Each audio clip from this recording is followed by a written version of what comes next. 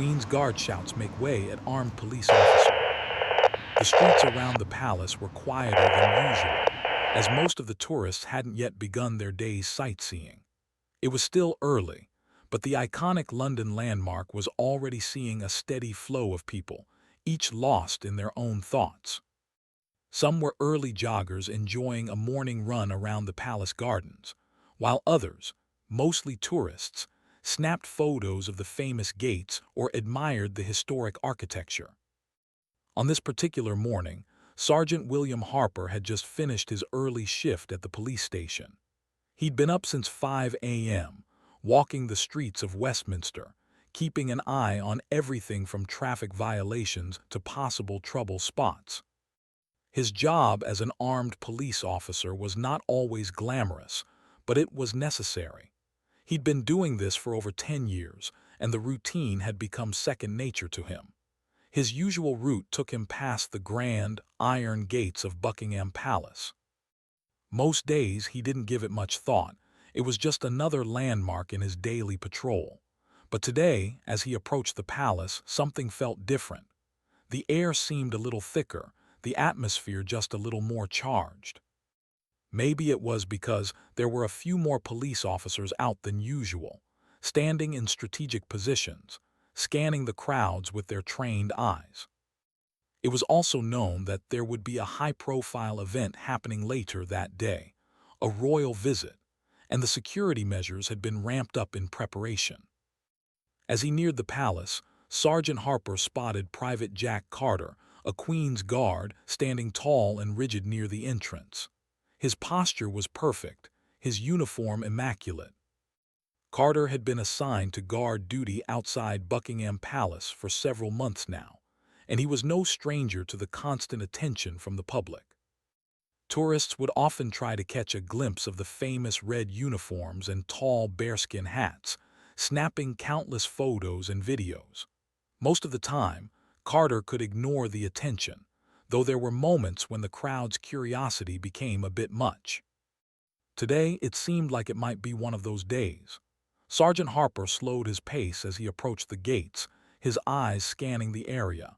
He had seen Carter standing in position before, motionless, eyes focused straight ahead, waiting for his shift to end.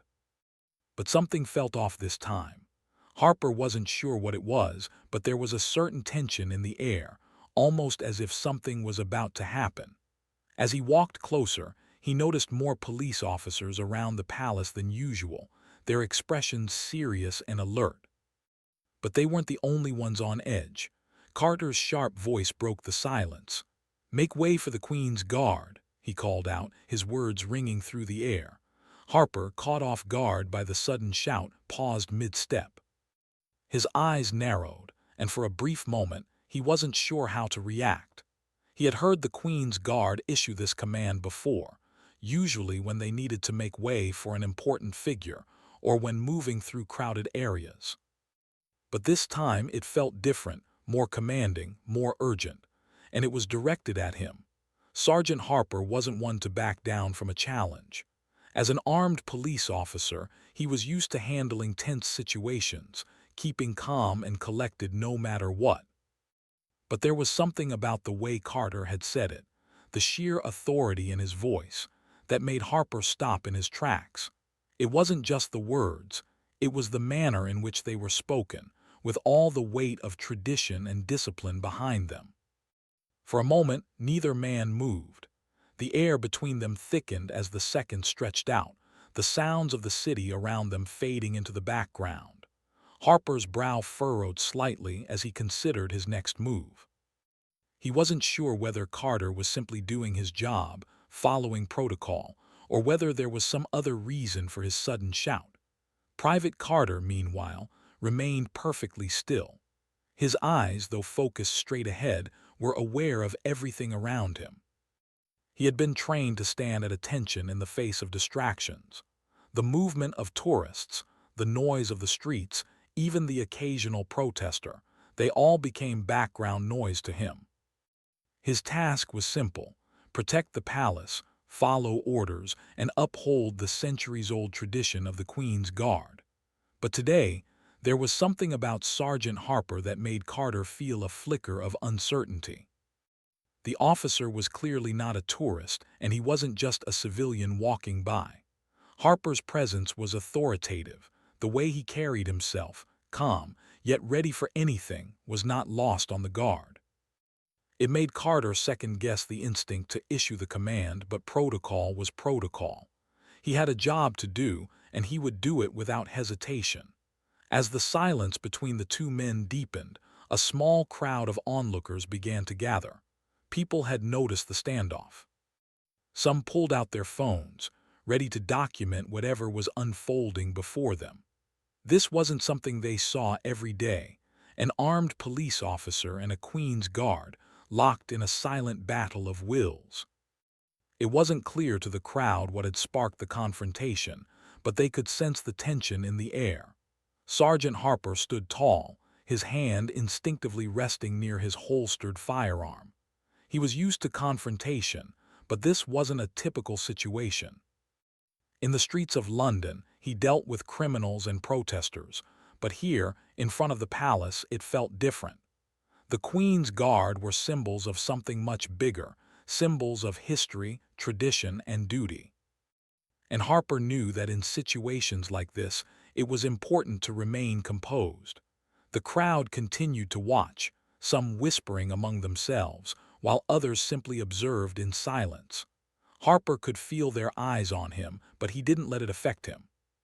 He couldn't afford to let the moment get to him. Not now. Not when he was facing a man who had dedicated his life to upholding one of the oldest and most respected traditions in Britain. Finally, after what felt like an eternity, Harper took a deep breath and straightened his posture.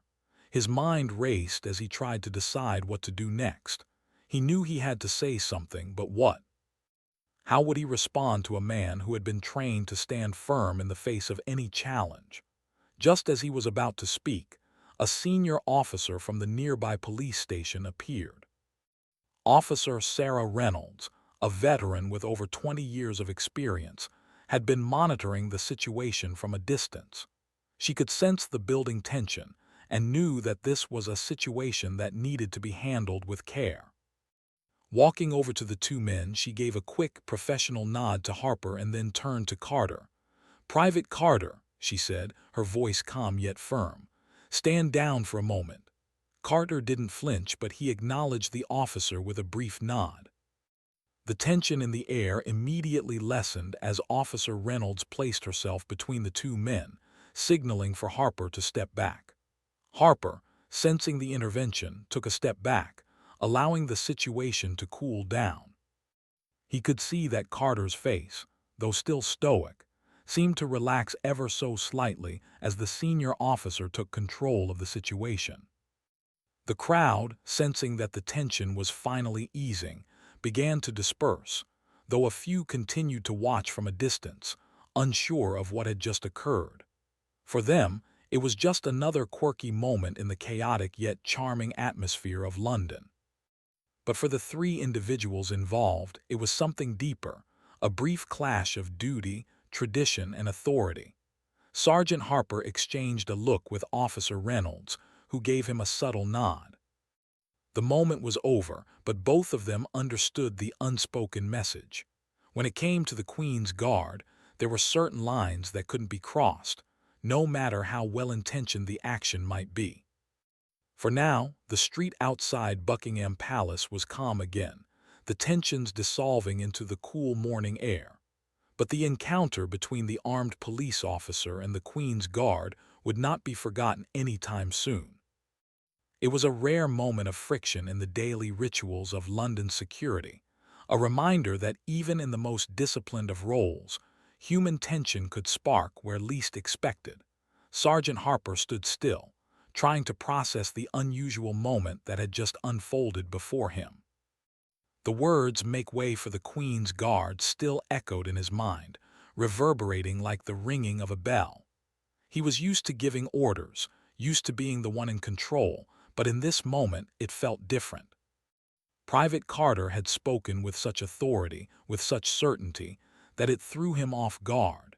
It wasn't just the command itself, but the way it had been delivered, as if Harper's very presence on the street was somehow an interruption to something much bigger. It was an old-school kind of respect that was hard to ignore. Standing there, Sergeant Harper took a slow breath and glanced around. The crowd of curious onlookers was growing, their phones out, ready to capture anything that might happen next. The usual London hustle and bustle seemed far away now, replaced by the intensity of the moment. People were now more interested in what was happening between him and the Queen's Guard than in their sightseeing. Tourists were whispering to each other, some exchanging puzzled glances, others debating what had just happened.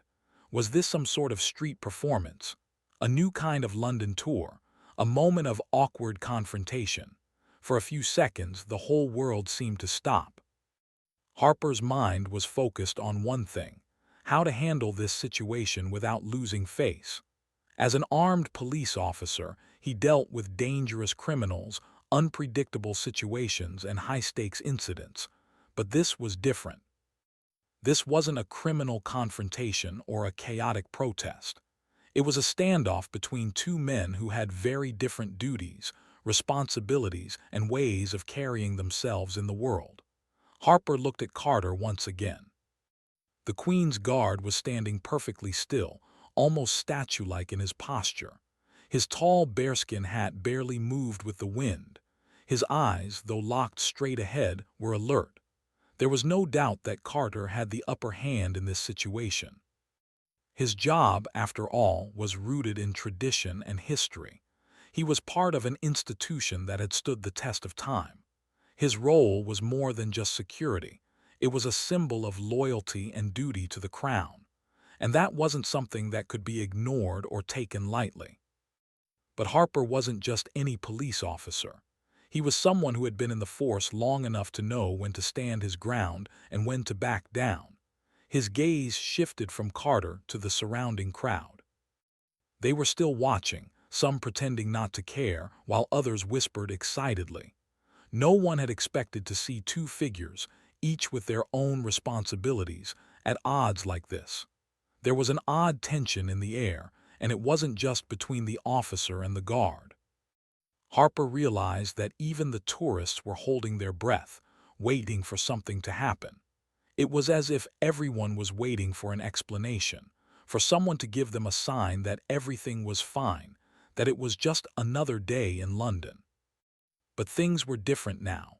There was a sense of uncertainty in the air, one that Harper didn't normally feel when he walked the streets of the city.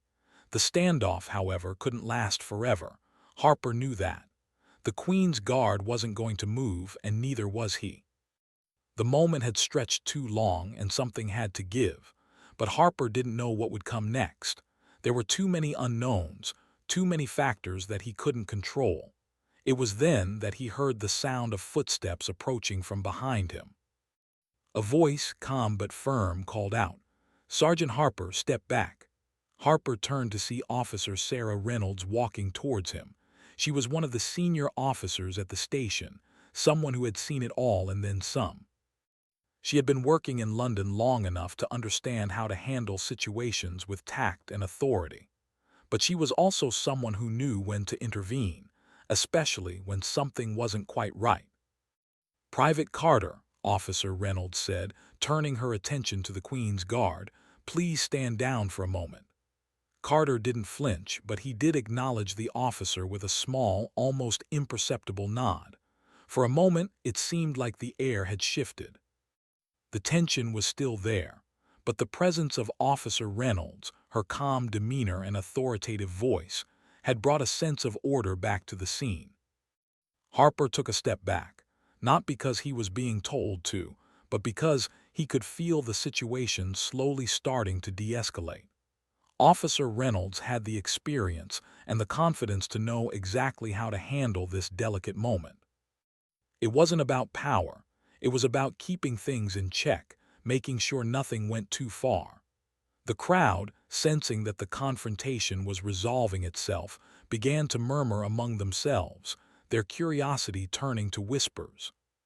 Some of them were disappointed that they wouldn't get to see what they had hoped would turn into some kind of dramatic showdown. But others seemed relieved. that the situation was calming down. It was as if the collective breath of the crowd had been held for too long, and now they could finally exhale.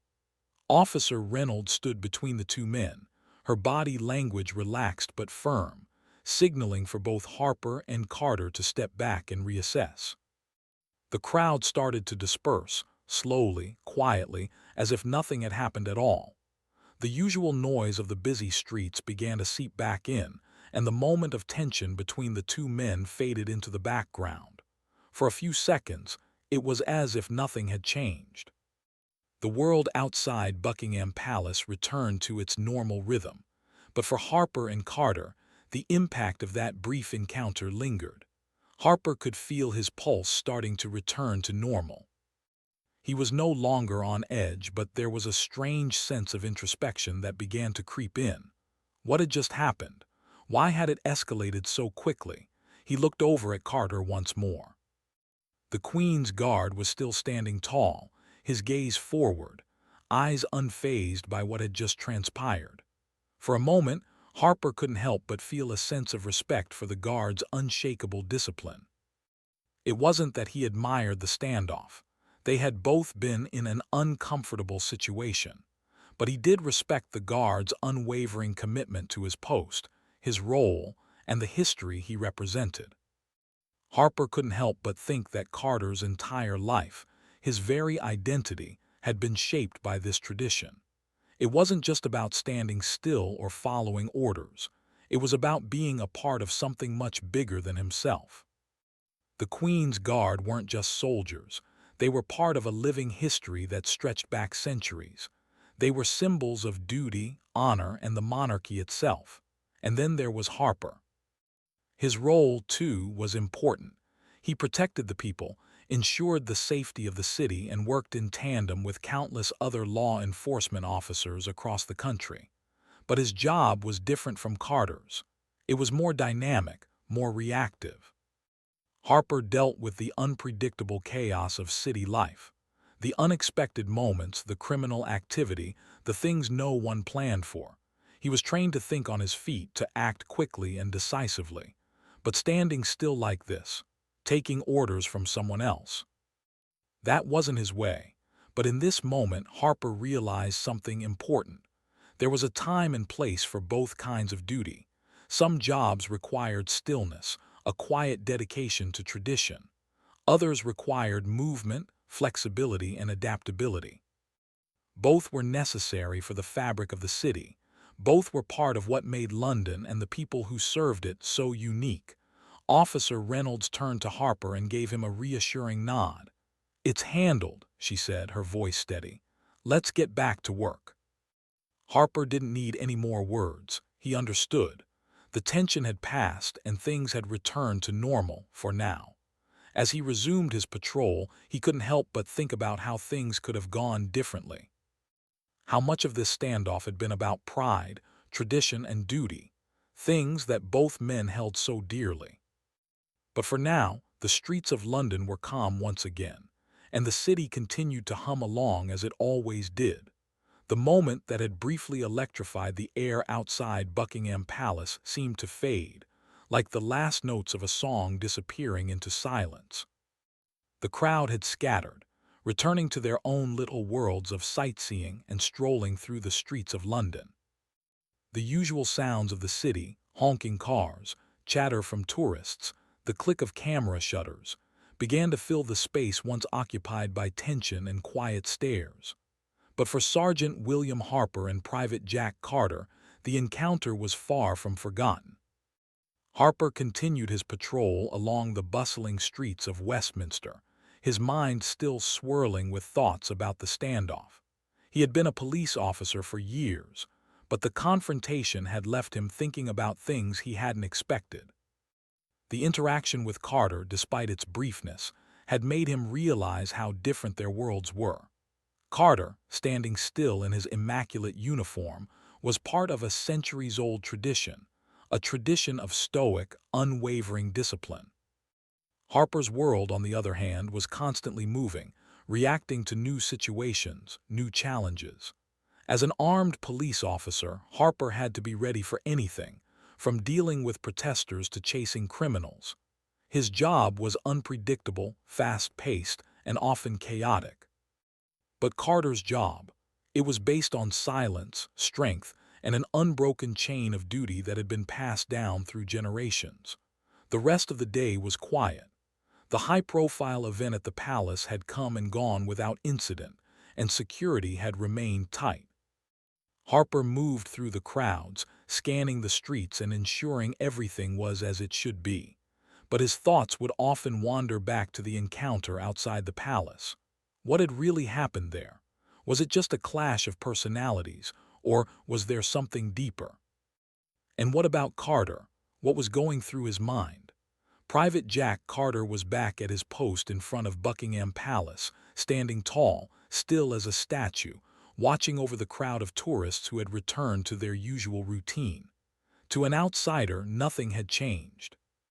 But for Carter, everything felt a little different. The brief exchange with the armed officer, though seemingly insignificant, had stirred something inside him. He had always prided himself on being able to control his emotions, on staying focused and unshaken no matter what. But in that moment, facing Harper, something had shifted. Carter was used to people walking past, snapping photos, even occasionally bothering him with silly questions about the bearskin hat or his uniform. But when he'd shouted at the officer, it was more than just a reflex. It was a command. It was a way of reminding the world, and perhaps himself, that he was part of something bigger. His job as a Queen's Guard was to protect the palace and uphold a history of service that stretched back hundreds of years. It was a sacred duty, one that came with a heavy responsibility. He had never felt threatened by an armed officer before, but Harper wasn't just any officer. He wasn't a tourist, a civilian, or even a regular police officer. Harper had a quiet authority about him. He carried himself with the kind of confidence that came from years of experience. And there was something in the officer's eyes, a calmness, a resolve, that made Carter hesitate, even if only for a moment. His training had taught him to maintain control in the face of discomfort, to stand firm in the face of challenge. But what if this situation wasn't just about who had more power or who could stay still the longest? What if it was about something deeper, about respect and duty? As the hours passed, Carter couldn't shake the feeling that he had somehow miscalculated. He had done his duty, that was true. He had called out when needed and he had remained steadfast. But in doing so, had he been too rigid? Had he overstepped? It wasn't like him to second-guess himself. The Queen's Guard had a reputation for discipline, for never showing weakness, and for maintaining an almost unshakable sense of resolve. But that moment with Harper had left him wondering if there were other ways to do things, ways that didn't always have to be so confrontational, so unyielding. The next day, as the sun began to rise over the city, Harper found himself once again patrolling the same streets. He wasn't sure why, but the thought of seeing Carter again weighed on his mind. Maybe it was curiosity, or maybe it was something deeper, a feeling that this wasn't just a one-time incident. Today, the streets outside Buckingham Palace were calmer than the day before. The usual flow of tourists, excited to see the changing of the guard, was steady but not overwhelming. Harper walked along the sidewalk, his boots clicking softly on the pavement, the morning light casting long shadows on the ground.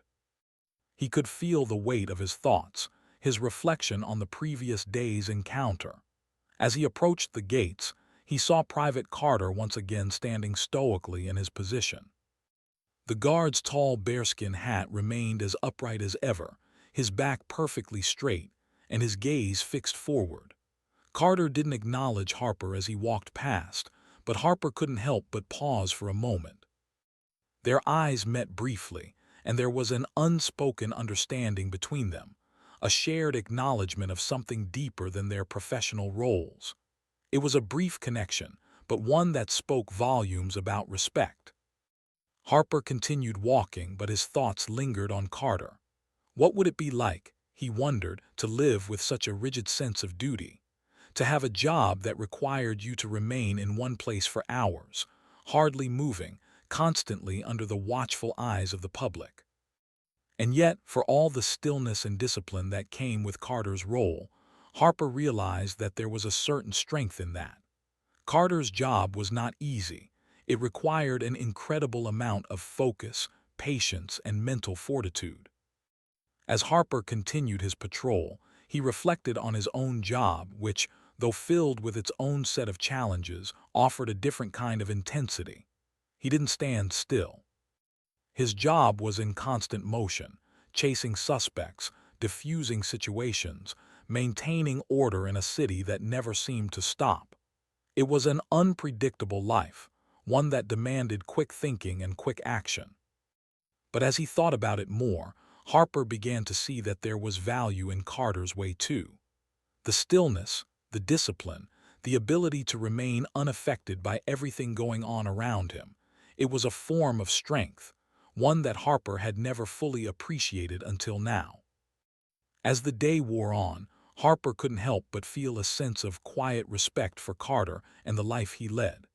It wasn't a life he would choose for himself, but it was one that required an immense amount of dedication and sacrifice. And in that moment, Harper realized that maybe, just maybe, there was more to this standoff than he had originally thought. It wasn't just about who was in charge or who had more authority. It was about the kind of duty each man carried with him, the weight of their responsibilities, and the quiet honor that came with their roles. Later that afternoon, after the hustle of the day had settled, Private Carter found himself walking through the halls of Buckingham Palace, his thoughts drifting as he moved from one post to another. The palace was peaceful in the late afternoon, a quiet calm filling the grand corridors. He passed by portraits of kings and queens, each one frozen in time, each one representing a different era. And as he walked, he realized that his life was a part of something that had lasted for centuries. The traditions he followed were as old as the monarchy itself, and they held a certain power that was not easily understood by those outside of the palace walls. He thought again about the previous day's interaction with Harper. There had been something about the way the officer had carried himself that had left an impression. Carter had seen that kind of resolve before, in the faces of other men and women who served in different capacities, in different ways. But there was something uniquely powerful about the way Harper had stood his ground, the way he had responded to Carter's command with calm authority rather than anger. It had made Carter realize that strength wasn't always about being unmovable. Sometimes, strength was about understanding when to adapt, when to shift, and when to let go of rigid expectations. As he stood at his post again, Carter couldn't help but think that maybe he had learned something important from his encounter with the armed officer. It was a lesson not about authority, but about respect. Respect for duty, respect for the people you worked alongside, and respect for the unspoken rules that governed their worlds. It was a realization that would stay with him long after the day was done, one that would shape the way he approached his role as a Queen's Guard in the days to come. The days following the encounter outside Buckingham Palace seemed to blur together. Both Sergeant William Harper and Private Jack Carter resumed their usual routines, but there was a quiet undercurrent of reflection that lingered between them. The city around them continued to buzz with life, tourists snapping photos, crowds gathering at the gates of the palace, and the hum of traffic filling the streets. But for both men, something had shifted. A new layer of respect had been quietly added to their daily duties, though neither of them would openly admit it. Harper, in particular, found himself caught in moments of thought more often than usual. As an armed police officer, his job required him to be alert, vigilant, and quick to react. He was used to dealing with criminals, handling emergencies, and responding to situations where the stakes were high. But the encounter with Carter had made him realize that not all confrontations required a swift response. Some moments, like the one they had shared, called for patience, for stillness, for understanding. It wasn't something Harper had fully appreciated before. His patrols, though still demanding, had a new rhythm to them now. He found himself thinking about Carter more than he expected. The guard's unshakable discipline, his silent strength, had made a lasting impression on him. Carter wasn't like the people Harper usually dealt with, the ones who were loud, defiant, or unpredictable. Carter was calm, poised, and unmovable, qualities that Harper hadn't always valued. But now he saw them in a new light. On a cloudy afternoon, Harper's patrol route took him back to the same area outside Buckingham Palace where everything had started. The palace gates loomed ahead, their iron bars stretching into the sky, and the familiar red uniforms of the Queen's Guard stood watch. Harper approached, keeping a casual pace, but his mind wasn't as relaxed. His thoughts were still filled with Carter, with the sharpness of the encounter, and the way the Queen's Guard had commanded the space around him. As he neared the gates, he saw Private Jack Carter standing tall at his post, exactly as he had before. The guard's eyes were fixed straight ahead, his posture as straight as a rod and his attention unwavering. Carter looked as if he hadn't moved an inch since Harper had last seen him, but there was something different in the air. For a split second, Harper wondered if Carter could sense his approach. Could he feel that the moment had arrived, when both men would once again share the same space, but with a quiet understanding that hadn't existed before? Harper slowed his steps as he got closer, taking in the scene. The usual flow of tourists continued, some pausing to take photos, others moving quickly past. But for a moment, everything seemed to freeze. The crowd seemed less important now. There was a new kind of focus in the air, one that only Harper and Carter shared, even though neither of them had spoken about it. Without thinking, Harper adjusted his pace so that he was walking directly past Carter, just as he had done the day before. There was no shouting this time, no sudden command to make way. There was only silence, but the silence was heavy in a way that it hadn't been before. It was a silence filled with unspoken acknowledgement, filled with the weight of their separate duties and the shared respect they now held for each other. As Harper passed by, he couldn't help but glance at Carter, who remained standing still, unwavering in his duty. For the briefest of moments, their eyes met. It wasn't a confrontation this time, but something more. It was a glance that said, "I see you," without needing any words. The briefest of nods, just a slight movement of the head, passed between them. Neither man broke character. Neither man spoke. But in that fleeting exchange, there was a quiet recognition that both had gained something from their earlier encounter. Harper continued walking, his steps steady and calm, but his thoughts were still racing. What had just happened between them? Had the situation really changed, or was it all just in his mind? It wasn't as if either of them had become friends, or that their worlds had suddenly aligned. But there was an understanding now, an awareness of each other's presence. It was as if their roles had shifted just a little. As he walked further down the street, Harper began to feel a strange sense of peace. It was something he hadn't expected, but it was there. The stillness of Carter's presence, his commitment to his post, his unwavering dedication, it all seemed to resonate with Harper on a deeper level. He had always believed in the importance of duty, but seeing it in its purest form had been a humbling experience. There was a quiet power in Carter's role, one that Harper couldn't help but admire. Later that day, Private Jack Carter stood once again at the gates of Buckingham Palace, watching over the steady stream of tourists. The usual hum of the city filled the air, cars passing by, people chatting, the faint murmur of music coming from somewhere in the distance.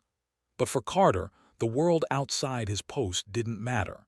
He had a job to do, and nothing could distract him from it. Still, as he stood there, something in him felt different. The encounter with Harper had lingered in his mind long after the officer had walked away. There had been something in the way Harper had held himself, in the way he had responded to Carter's command with such quiet authority that had made an impact on Carter. In the guard's life, there was little room for moments of uncertainty. Everything was governed by discipline, by the tradition of standing still, of remaining unflinching in the face of whatever came his way.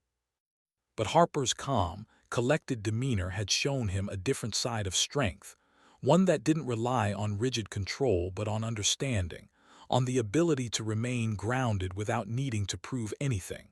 For Carter, that was a lesson.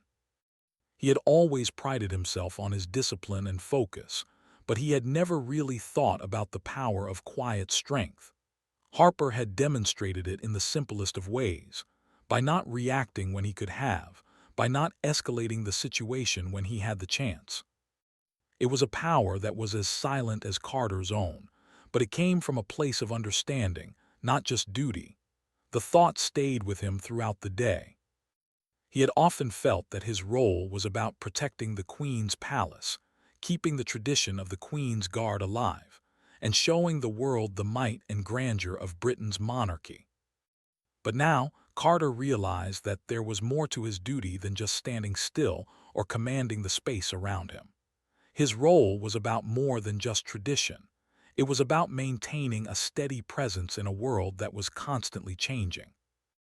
It was about being a symbol of strength and stability in the face of uncertainty. The next time Sergeant Harper passed by, Carter felt a shift in the air again. But this time, it wasn't a feeling of tension. It wasn't a standoff or an encounter that needed resolution. It was simply the acknowledgement of two men who, despite their different roles, had come to understand one another. There was no need for words this time, no need for any grand gesture. The understanding was quiet, subtle, and yet more powerful than either of them could have imagined. As the sun began to set, casting a soft glow over the gates of Buckingham Palace, both men resumed their duties, but in a different way. The world outside the palace continued to move, but for the first time in a long while, both Harper and Carter felt the same thing, a quiet connection that transcended their roles, their uniforms, and their duties. And as the day ended, they both knew that the next time their paths crossed, it would be with a mutual respect that neither of them had expected, but both of them had earned. As the days continued to pass in the heart of London, Sergeant William Harper and Private Jack Carter found themselves unknowingly drawing closer to a quiet understanding, though neither would ever admit it out loud. Their paths had crossed several times since that first intense encounter outside Buckingham Palace, but each time, the atmosphere between them had shifted. What started as an awkward standoff had slowly evolved into something different, something unspoken but undeniable. Harper's daily patrols took him past the palace several times a week. He had become accustomed to seeing Carter at his post, standing tall and unmoving, his eyes fixed straight ahead. The Queen's Guard was always there, part of the landscape, almost like the palace itself. But now, when Harper passed by, it felt different. It wasn't that anything had changed outwardly. Carter still stood there with the same rigid discipline, the same watchful presence. But there was a sense of familiarity between the two of them now, a sense of mutual respect that had grown silently, without words or acknowledgement. One cold morning, as Harper walked along his usual route, he noticed something unusual. A small group of tourists had gathered near the gates of Buckingham Palace, trying to get a good look at the Queen's Guard. They were taking photos, laughing and joking among themselves, seemingly unaware of the sacred tradition they were witnessing. At the front of the group, a young child stood too close to Carter, tugging at his uniform, clearly not understanding the importance of the moment. Harper's instinct kicked in. Without thinking, he quickened his pace and moved towards the group. He didn't want things to escalate. He had seen enough in his career to know when things could get out of hand. As he approached the group, he cleared his throat loudly, causing them to pause and turn toward him. "Excuse me, folks," he said, his voice firm but not unkind. Please remember to keep a respectful distance from the guard. It's important to maintain the tradition." The group immediately quieted, and the child, realizing they were too close, stepped back. Harper gave them a brief nod, signaling for them to move along. As the group dispersed, Harper's eyes caught sight of Carter, who hadn't moved an inch. The guard's posture remained perfect, his expression unreadable. Harper continued his walk, but this time his mind was racing. Why had he reacted like that? It wasn't just about the tourists. He had intervened because he didn't want Carter's focus to be broken, even by something as simple as a child tugging at his uniform. There was a kind of respect Harper felt for Carter now, an understanding of how difficult his job really was.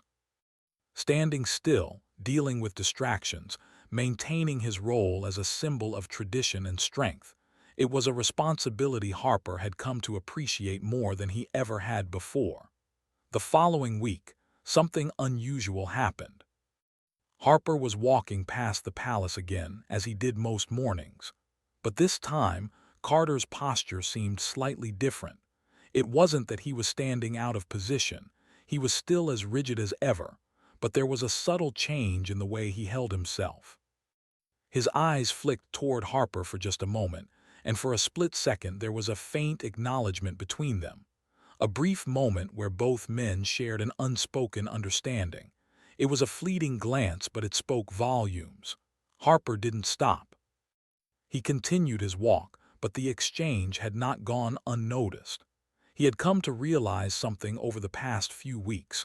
Carter was not just a guard standing still for the sake of tradition. He was part of something much larger, part of the history that surrounded the British monarchy. And the duty that came with that role was something that very few could truly understand. For Carter, the change had been even more profound. When he had first encountered Harper, he had seen the officer as just another figure of authority, someone who operated outside the rigid structure of his own world. But now, after weeks of silent observation, Carter had come to see Harper in a new light. The officer's calm authority, his ability to maintain control without overreacting, had left an impression on him. It was a lesson that Carter would carry with him for a long time. One afternoon, after his shift at the palace, Carter found himself walking through the quiet streets of Westminster. The city was starting to empty out as the day drew to a close and the shadows grew longer. He was lost in thought, replaying the events of the past few weeks in his mind.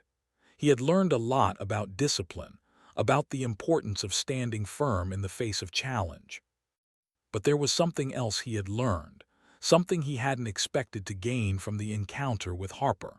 The importance of flexibility, of knowing when to step back and allow space for others to play their part. Carter hadn't realized how much he had valued his solitary role until he started to recognize the value in others. Harper's role as an armed police officer was, in many ways, the complete opposite of his own.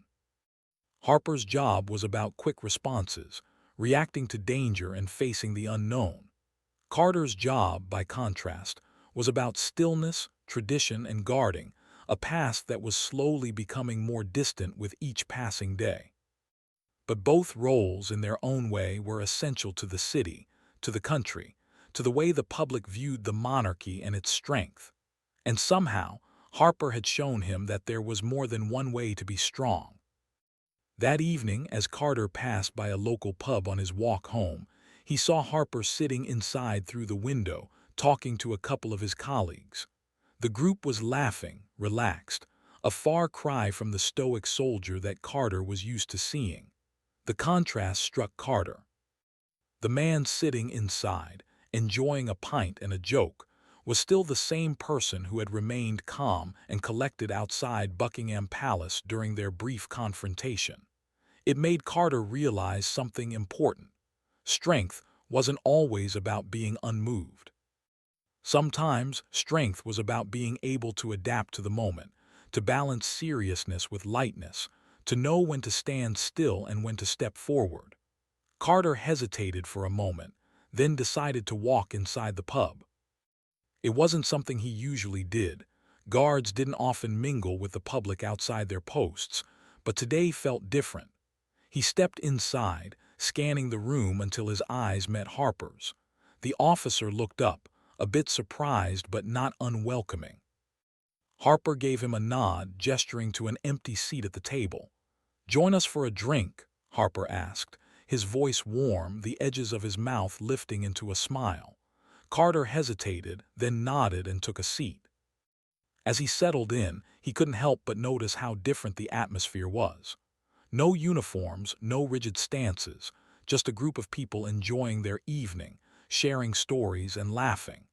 It was a far cry from the silent, disciplined world Carter lived in every day. But somehow it felt right. He realized that, in a way, this moment of normalcy, of being able to sit down and relax like anyone else, was a form of strength too. It wasn't about tradition or duty in that moment. It was about connection. As the evening wore on, the conversation flowed easily. Carter found himself laughing at stories Harper shared about his work and his experiences on the force. He didn't feel like a soldier at that moment. He felt like a person, just like the others around the table.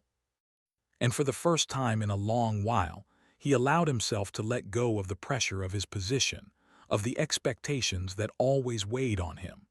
When the night drew to a close and they all stood to leave, Carter felt a quiet sense of peace. He didn't know what the future would hold, or whether he would continue to cross paths with Harper in the same way. But he knew one thing for certain: their worlds, though different, had somehow found a way to intersect. And in that intersection, there was a lesson about respect, about balance, and about the quiet strength that existed in both of their roles. As Harper and Carter parted ways that evening, there was no need for any grand gestures or dramatic words. They simply exchanged a nod, a shared understanding that, despite everything, they had both learned something valuable from one another. And with that quiet acknowledgement, the story of the Queen's Guard and the armed police officer came to an end. But their connection, though subtle, would continue to echo in the streets of London long after they had gone their separate ways.